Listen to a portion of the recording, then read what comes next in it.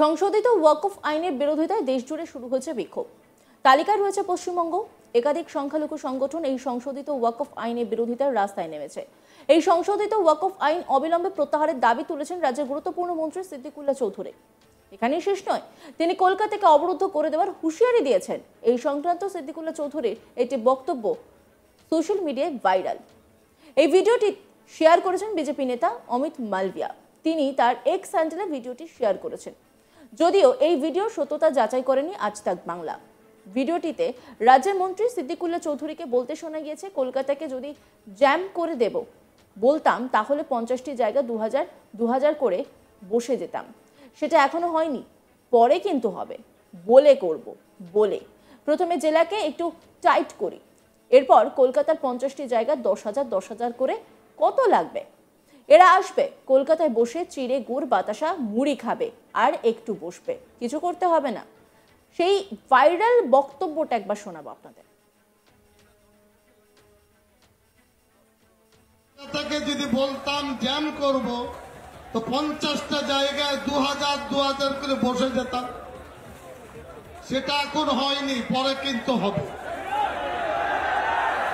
বলে করব, বলে প্রথমে জেলাকে একটু টাইট করি, তারপরে কলকাতার 50টি জায়গায় 10,000 হলে কত লাগবে। বাস, এরা আসবে, কলকাতায় বসে চিড়ে গুড় পানি বাতাসা মুড়ি খাবে আর একটু বসবে, কিচ্ছু করতে হবে না। বিজেপি নেতা অমিত মালভিয়া তার এক্স হ্যান্ডেলে সিদ্দিকুল্লাহ চৌধুরী এই ভিডিওটি পোস্ট করে লিখেছেন, পশ্চিমবঙ্গের মন্ত্রী সিদ্দিকুল্লাহ চৌধুরী কলকাতাকে অচল করে দেওয়ার হুমকি দিচ্ছেন। তিনি বলেছেন, আমরা চাইলে কলকাতা বন্ধ করে দিতে পারতাম। আমরা সহজেই শহরে যানজট তৈরি করতে পারি। আমরা মুড়ি গুড় এবং মিষ্টি দিয়ে কলকাতাকে অবরুদ্ধ করব। জেলার পরে আমরা কলকাতায় আমাদের দখল জোরদার করব। আমরা এখনো তা করিনি, তবে আমরা ভবিষ্যতে করব। এবং তিনি মমতা ব্যানার্জির সম্পূর্ণ সমর্থন নিয়ে কথা বলছেন।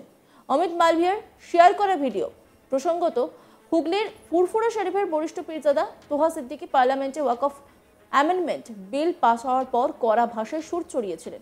আজ তাক বাংলার মুখোমুখি হয়ে এক্সক্লুসিভ ইন্টারভিউতে আমাদের প্রতিনিধিকে জানিয়েছিলেন, ওয়াকফ আইন পাশ করে মোদী সরকার মুসলিমদের ধর্মীয় জায়গা কেড়ে নেওয়ার চেষ্টা করছে। ওয়াকফ সম্পত্তি কারোর বাবার সম্পত্তি নয়, না কেন্দ্রের না রাজ্য সরকারের। এই সম্পত্তি আমাদের পূর্বপুরুষরা দান করে গিয়েছেন সমাজে পিছিয়ে পড়া সম্প্রদায়কে সাহায্য করার জন্য।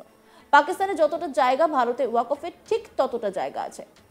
এই সরকার ওয়াকফ সম্পত্তিকে নিজেদের আয়ত্তে এনে ছিনিমিনি খেলবে, তার প্রস্তুতি নিচ্ছে। এই সরকার ক্ষমতায় আসার পর গোটা দেশ জুড়ে শুধু মন্দির মসজিদ হিন্দু মুসলিম করে যাচ্ছে আর মুসলিমদের একের পর এক জিনিসে হস্তক্ষেপ করছে। কি বলেছেন তিনি, শোনাবো আপনাদের। তোহা সিদ্দিকী সাহেব, আপনি কি মনে করছেন ওয়াকফ অ্যামেন্ডমেন্ট বিলকে পাশ করে যে কেন্দ্রের বিজেপি সরকার মুসলিমদের ধর্মস্থান বা তাদের রিলিজিয়াস প্রপার্টিকে কেড়ে নেওয়ার কোনো চক্রান্ত করছে?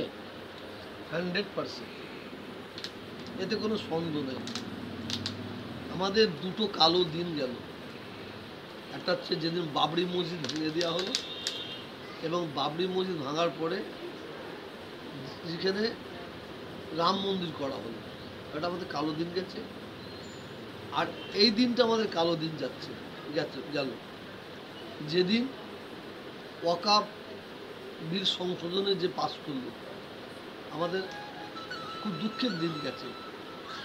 আমি খোলাখুলির কথা বলি,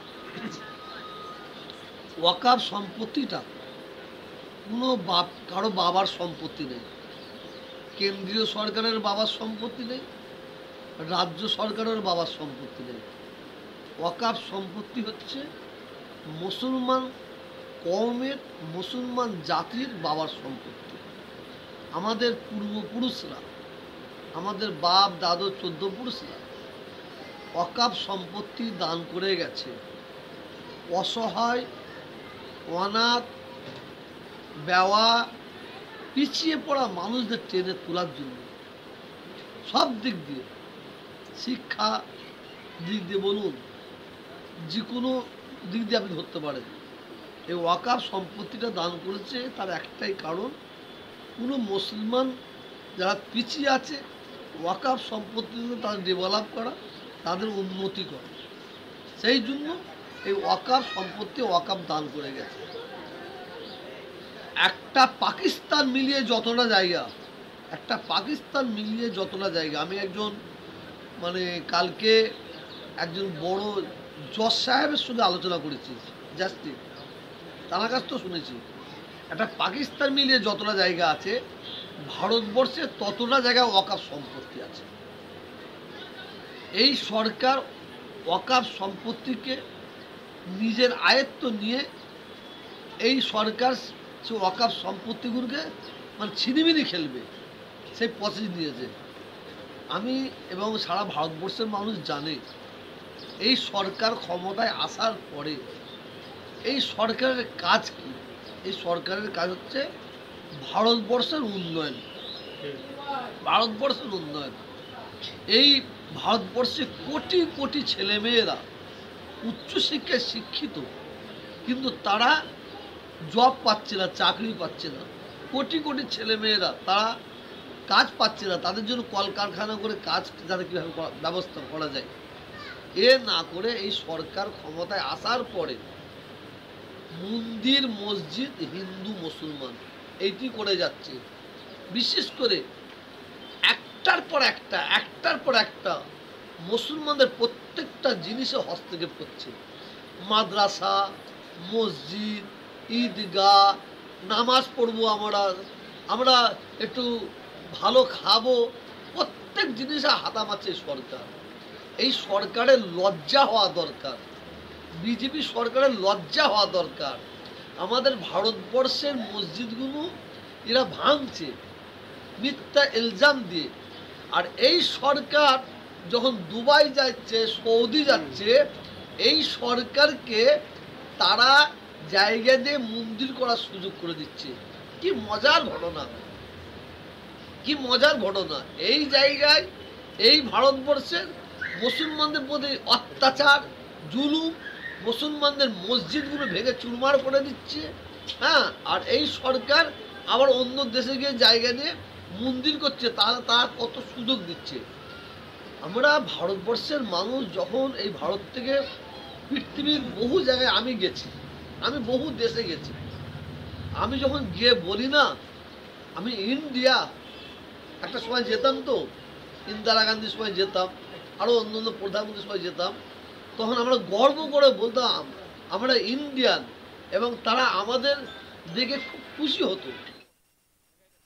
অন্যান্য খবরের আপডেটের জন্য অবশ্যই নজর রাখুন আজ তাক বাংলার ইউটিউব স্ট্রিমিংয়ে। লাইক, কমেন্ট, শেয়ার এবং সাবস্ক্রাইব করতে ভুলবেন না।